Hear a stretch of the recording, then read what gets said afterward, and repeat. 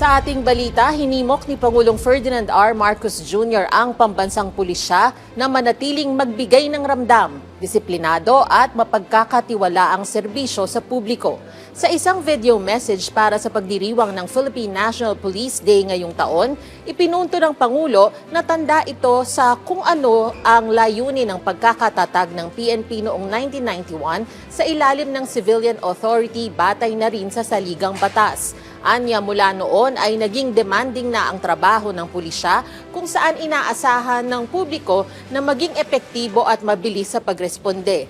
Dagdag ng Pangulo, marami ang tumugon sa ganitong panawagan ng publiko kaya marapat lamang na kilalanin ang mga uniform personnel na patuloy na gumaganap sa kanilang tungkulin. Muli namang binigyang diin ng Pangulong Marcos Jr. ang hakbang ng pamahalaan sa pagpapalakas ng hanay ng pulisya sa pamamagitan ng mga pinalakas na trainings, pagbuo ng mga sistema para sa mas mabilis na pag-aksyon at pagpapaigting ng mga mekanismo para matiyak ang accountability.